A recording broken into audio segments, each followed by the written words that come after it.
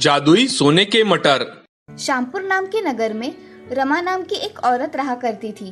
वो बहुत ही दयालु किस्म की थी। उसके पड़ोस में सुधा नाम की औरत रहा करती थी। उसका स्वभाव भी बहुत सरल था। उन दोनों में गहरी दोस्ती थी। वो दोनों कुछ न कुछ कारण से एक दूसरे से मिला करती थी। वो एक दूसरे से बहुत अच्छा व्यवहार किया करती थी। बाजार में अगर जाना हो तो दोनों साथ में ही जाया करती थी। दोनों एक दूसरे की अच्छी सहेलियां थी। रमा का पति सुमित बैंक में मैनेजर था और सुधा का पति संदीप एक प्राइवेट कंपनी में मैनेजर की पोस्ट पर था। दोनों भी अच्छे पड़ोसी थे। एक दिन रमा सुधा से, सुधा कहाँ हो? मैं यहाँ हूँ रमा, क्या कह रही हो? सुधा, मैं बाजार जाने वाली हूँ, तुम भी मेरे साथ बाजार आओगी? रमा, मुझे भी थोड़ी सब्जियाँ लानी है, मैं भी आऊँगी तुम्हारे साथ। कब जाना है? शाम के समय बाजार जाकर आएंगे। ठीक है। चलो फिर मैं चलती हूँ, शाम को मिलते हैं। ऐसा कहकर रमा अपने घर चली जाती है और सुधा अपना काम करने में व्यस्त हो जाती है। अब शाम को दोनों भी साथ में बाजार चली जाती है और दोनों सब्जियां खरीदकर घर चली आती है। अब एक दिन सुधा की बच्ची श्वेता को बहुत तेज बुखार आता है तो सुधा उसे अस्पताल में लेकर चली जाती है। अस्पताल में जाते ही श्वेता का इलाज शुरू हो जाता है। सुधा डॉक्टर से, डॉक्टर साहब, मेरी बच्ची को क्या हुआ है? इसे इतना तेज बुखार क्यों आया है? जरा देखिए ना। मुझे चेक करने दीजिए। डॉक्टर श्वेता को चेक करते हैं और बताते हैं कि मैडम, इसे तेज बुखार होने के कारण हमें इसे एडमिट करना पड़ेगा, तभी हम इसका अच्छे से इलाज कर पाएंगे और इनकी तबीयत में सुधार ला पाएंगे। ठीक है डॉक्टर, मैं इसे एडमिट करवा देती हूँ। ऐसा कहकर सुधा श्वेता को एडमिट करवा देती है और बाहर अपने पति के साथ इंतजार करती है। अब कुछ समय में रमा भी सुधा की बच्ची को देखने चली आती है। तभी रमा सुधा से, सुधा, अब कैसी तबीयत है श्वेता की? मुझे जैसे ही पता चला मैं यहाँ चली आई। रमा, डॉक्टर ने कहा है कि उसे एडमिट करवा दीजिए, तभी उसके तबीयत में सुधार आ जाएगा। श्वेता को अब एडमिट करवाया है तो तुम यही रुको, मैं तुम दोनों का टिफिन लेकर आती हूँ। अरे रमा, रहने दो, मैं घर आकर बनवा लूंगी।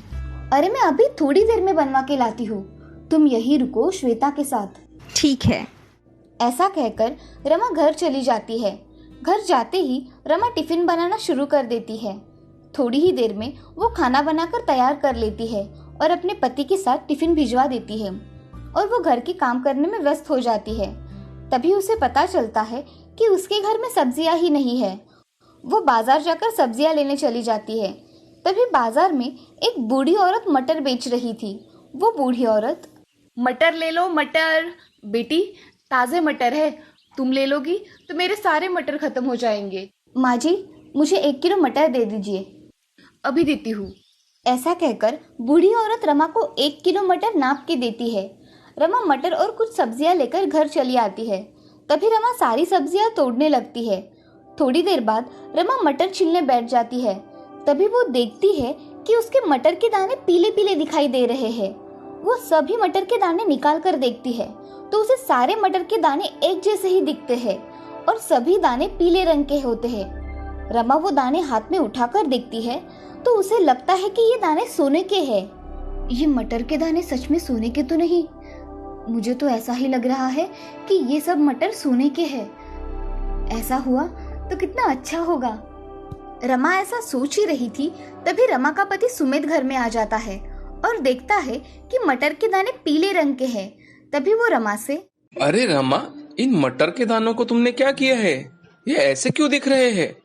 मैंने इन्हें कुछ नहीं किया है, ये सोने के मटर के दाने हैं जो कि मुझे एक बूढ़ी औरत ने दिए हैं। क्या तुम सच कह रही हो? ये सोने के दाने हैं, मुझे देखने दो।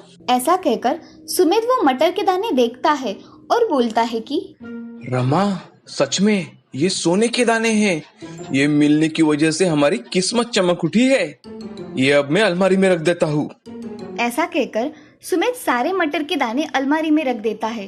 अब ये खबर सारे गांव में पहुंच गई थी कि रमा को बाजार में एक बूढ़ी औरत ने सोने के मटर बेचे। अब सभी लोग बाजार में जाकर सोने के मटर मिलते हैं क्या देख रहे थे, मगर उन्हें किसी को भी सोने के मटर नहीं मिलते। उसी बीच सुधा की बच्ची की तबीयत और ज्यादा बिगड़ जाती है। अब सुधा को हर रोज ढेर सारे पैसे लग रहे थे। एक दिन सुधा रमा से, अरे रमा, श्वेता को बहुत पैसे लग रहे हैं, मैं इतने पैसों का इंतज़ाम कहाँ से करूँ? ये भी पैसों का देख रहे हैं मगर कुछ नहीं हो रहा। हमारे पास के सब पैसे खत्म हो गए हैं, मैं अब क्या करूँ रमा? अरे सुधा तुम मायूस मत हो, कुछ ना कुछ रास्ता तो निकल ही आएगा। और हम है ना, तुम सिर्फ श्वेता की ओर ध्यान दो, बाकी का हम सब देख लेंगे। रमा सोच में डूब जाती है और उसे एक रास्ता मिल जाता है। वो घर आकर सुमित से पूछती है कि अजी, मैं सोच रही थी कि अगर हम सुधा बहन को थोड़ी मदद कर दे तो अच्छा होगा, उसे पैसों की बहुत जरूरत है। अरे तुम सही कह रही हो, मगर हम इतने पैसे कहाँ से लाए? हमारे पास इतने पैसे नहीं है। अजी मेरा ऐसा विचार है कि हम हमारे पास के थोड़े सोने के मटर अगर सुधा को दे दे तो उसकी मदद हो जाएगी। तुम ऐसा ख्याल मन में भी नहीं लाना, समझी? वो मटर के दाने हमारे हैं, हमें बुढ़ापे में काम आएंगे। जी ठीक है। ऐसा कहकर रमा अपना काम करने चली जाती है, मगर उसके मन में सुधा को मदद करने की चाह थी। रमा मन ही मन कुछ सोचने लगती है। तभी उसके दिमाग में एक अच्छी कल्पना आती है। रमा खुद से ही, अगर मैं इस मटर के दाने को सुनहरा कलर दूं तो असली और नकली का फर्क ही नहीं पता चल पाएगा और सुधा की मदद भी हो जाएगी। ऐसा मन में सोचकर रमा बाजार चली जाती है और वहां से कलर खरीद लाती है। घर आकर उन सोने के मटर में से कुछ दाने निकालकर उसमें हरे मटर के दाने सुनहरे रंग के करके उस सोने के मटर में डाल देती है और कुछ सोने के मटर निकालकर अपने बैग में भर लेती है और टिफिन लेकर अस्पताल में चली जाती है। अस्पताल में जाकर रमा सुधा से, अरे सुधा, मैंने तुम्हारे लिए टिफिन लाया है, तुम सब खाना खा लो। और ये लो सोने के मटर के दाने, इससे तुम श्वेता का इलाज करवा सकती हो। अब तुम्हारा टेंशन भी खत्म हो जाएगा। अरे रमा, ये करने की कोई ज़रूरत नहीं थी, मैंने कुछ ना कुछ इंतज़ाम कर लिया होता। तुमने खामखा खुद को तकलीफ दी। अरे सुधा, दोस्त ऐसे समय में ही तो काम आते हैं। अब तुम कुछ मत कहो, ये सोने के मटर ले लो और श्वेता का अच्छी तरह से इलाज करवा लो। हाँ रमा, तुम मेरी सच में अच्छी सहेली हो जिसने मेरी ज़रूरत के समय मदद की। ऐसा कहकर सुधा और रमा गले लग जाती है। अब सुधा श्वेता का अच्छी तरह से इलाज करवाती है और कुछ दिनों बाद श्वेता अच्छी होकर घर वापस आ जाती है। अब सुधा और रमा खुशी खुशी एक साथ रहने लगते हैं। इस कहानी से हमें ये सीख मिलती है कि किसी की जरूरत के समय हमें हमेशा मदद करनी चाहिए, हमेशा जरूरतमंदों की मदद करें। जबलपुर नाम के गांव में एक मोहन नाम का व्यापारी रहा करता था। उसका व्यापार बहुत ही बड़ा था, इसीलिए वो हमेशा काम में व्यस्त रहा करता था। उसके घर में उसकी बेटी सुमति रहा करती थी। सुमति जब छोटी थी तभी उसकी माँ गुजर गई थी। मोहन काम की वजह से अपनी बेटी पर पूरा ध्यान नहीं दे पा रहा था, इसीलिए उसने दूसरी शादी करने का निश्चय कर लिया। एक दिन मोहन ने सुजाता नाम की औरत से शादी कर ली। सुजाता दिखने में बड़ी खूबसूरत और बड़ी विनम्र स्वभाव की थी। मोहन सुजाता से शादी करके उसे घर लेकर आया। इधर उसकी बेटी सुमति बड़ी खुश हो गई थी कि उसके घर में उसके साथ नई माँ आ गई थी। उसी दिन मोहन सुजाता से, सुजाता, मैंने तुमसे शादी सिर्फ अपनी बेटी की देखभाल और इस घर के लिए की है, तुम्हें ये जिम्मेदारी बखूबी निभानी है। जी आप चिंता मत कीजिए, मैं सुमति की अच्छी देखभाल करूंगी और इस घर का भी अच्छी तरह से ख्याल रखूंगी। मुझे तुमसे यही उम्मीद है।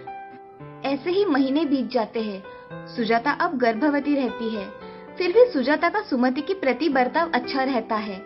अब कुछ दिनों बाद सुजाता एक सुंदर से बच्चे को जन्म देती है। उसकी देखरेख में सुजाता का पूरा दिन निकल जाता है। अब सुजाता का स्वभाव भी बहुत बदल गया था। वो सुमति को उसके बच्चे के पास आने नहीं देती थी और सुमति से सारे काम करवाती थी। एक दिन सुजाता सुमति से, सुमति कहाँ मर गई? मेरे लिए जरा पानी लाओ। माँ, मैं बाहर आंगन में थोड़ा काम कर रही थी। बोलो माँ, तुम्हें क्या चाहिए? अरे मुझे एक गिलास पानी तो पिला दो।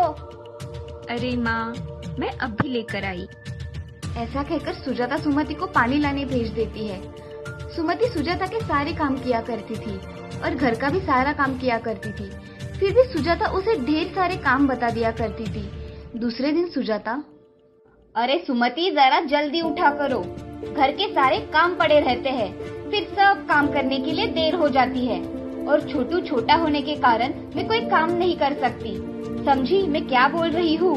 हाँ माँ, मुझे याद ही नहीं रहा। तुम छोटू का ध्यान रखो, बाकी के सारे काम मैं कर लूंगी। सुजाता सुमति से रसोई का काम भी करवाया करती थी। उसे थोड़ा बहुत काम आता था, मगर पूरा ना आने की वजह से एक दिन सुमति सुजाता से, माँ, मुझे रोटी बनानी नहीं आती, क्या आप रोटी बना दोगी? तुम कब सीखोगी? रोटी बनाकर देखोगी तभी तो आएगी ना। ऐसा कहकर सुजाता किचन से बाहर चली जाती है और टीवी देखने बैठ जाती है।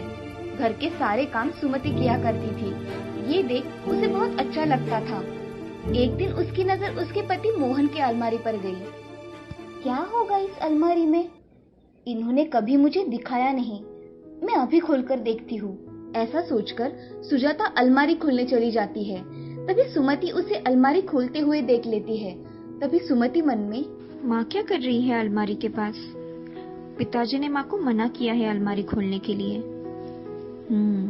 कुछ काम होगा शायद। ऐसा सोचकर सुमति अपना काम करने लगती है।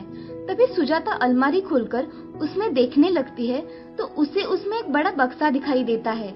सुजाता उसे खोलकर देखती है तो उसे उसमें ढेर सारे जेवर दिखाई देते हैं। सुजाता मन में, इतने सारे जेवर है और अब तक इन्होंने मुझे ये जेवर नहीं दिए, ये सब मेरे जेवर है। ऐसा मन में सोच सुजाता उसमें से कुछ जेवर खुद को पहनने के लिए निकालती है। तभी थोड़ी ही देर में मोहन घर पर आ जाता है और उसे अलमारी में रखे जेवर सुजाता के बदन पर दिखाई देते हैं। तभी मोहन सुजाता से, सुजाता, ये गहने कहाँ से मिले तुमको?